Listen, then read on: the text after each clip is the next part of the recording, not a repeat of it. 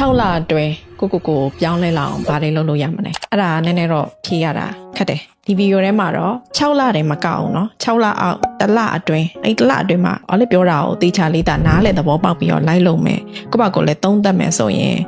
တကယ်ပြောင်းလဲလာနိုင်မယ်အဲ့လက်ကဒီ6လအတွင်းမှာဘယ်လမှာဘာလို့ဘယ်လမှာဘာလို့ပြောမှာမဟုတ်ဘူးဒီထဲမှာကိုယ့်ဘာကိုသုံးသပ်ဖို့လိုတယ်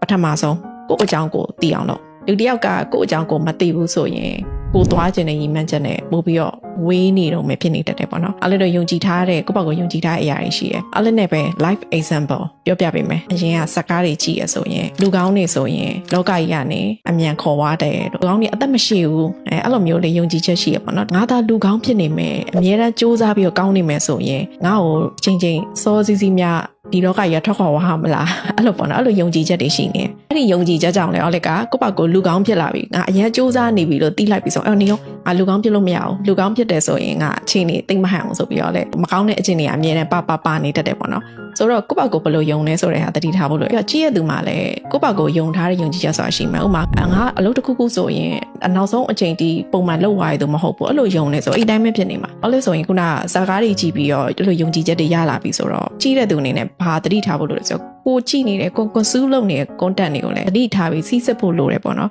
ကိုကအချိန်အများစုမှာဘယ် content တွေကြည့်နေရများလဲကိုတိုးတက်စေတဲ့ content တွေကြည့်ရများလားဒါမှမဟုတ်စုပ်ယုပ်စေတဲ့ကို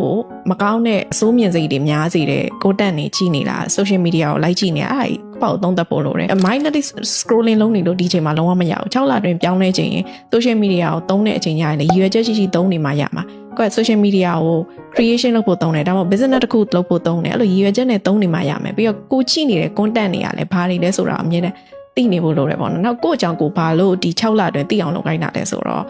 လူတစ်ယောက်မှာ time management ရှိရောလူများစုကအဲ့လိုကိုဆိုရင်အမကြီးစမွေးဖြစ်ဖို့အတွက် time table လေးဆွဲပြီးပါအောင်လို့ပြောကြရပေါ့နော်ဒါပေမဲ့ကိုယ့်အကြောင်းကိုအသိဆုံးပဲကိုကဘယ်အချိန်မှာတက်ကြွတယ်ဘယ်အချိန်မှာတော့ပင်ပန်းသွားတယ်ဆိုတာသိတယ်ကိုပြော energy management လုပ်တတ်ဖို့လိုတယ်အဲ့ဒါကိုလည်း time management video တစ်ပုဒ်မှာပြောဖို့တယ်ပေါ့နော် energy management ကဘယ်လိုလဲဆိုတော့ကိုဘယ်အချိန်မှာအလုပ်လို့အကောင်းဆုံးလဲအဲ့ဒါစဉ်းစားဖို့လိုတယ်ဘာလို့လဲဆိုတော့လေနိုးတာနဲ့အလုပ်လုပ်တာအញ្ញံသဘောကျတယ်ပြီး flow stateမနဲ့နိုးတာနဲ့လည်းရောက်တယ်ဒါမှမဟုတ်လေဘဲချိန်မှာပြင်မနဲ့ဆိုညနေပိုင်းနေဆိုရင်ဘာလုံးမှမလုပ်ချင်တော့ဘူးအဲ့လိုချိန်ဆိုလည်းနားဖြစ်တယ်ပေါ့နော်ဆိုတော့ကိုကဘဲချိန်မှာအတက်အဖြစ်ဆုံးတယ်ကို့အကြောင်းကိုအမြဲသိအောင်လို့အဲ့လိုသိအောင်လုပ်ဖို့အတွက်ဆိုတော့လေနီးလန်းကောင်းတစ်ခုအနေနဲ့ပေးလို့ရတယ် channel နဲ့လို့ညဘက်အိတ်ခါနေဆိုရင်ကိုအရင်ထဲမှာဒီနေ့ဘာတွေတွေးမိလဲငါဒါတွေတွေးမိတယ်ငါဒီနေ့ဒီလိုခံစားလိုက်ရတယ်ငါဒီနေ့ဘာတွေဖြစ်ခဲ့တယ်အဲ့ဒါလေးပြောကိုယ့်ဘာကိုစကားပြောဖို့အတွက်ဒီ channel နဲ့အခွင့်အလမ်းပေးရပေါ့နော်နောက်တစ်ခုကလေအဲ့လက်ကအခုဘာလုပ်နေရလဲဆိုတော့ live coaching လုပ်နေရဆိုတဲ့ခါကျတော့ coaching ဆိုတဲ့ဟာကတခြားသူမေးဖို့နေမေးပြီးသူတို့မတွေးမိတဲ့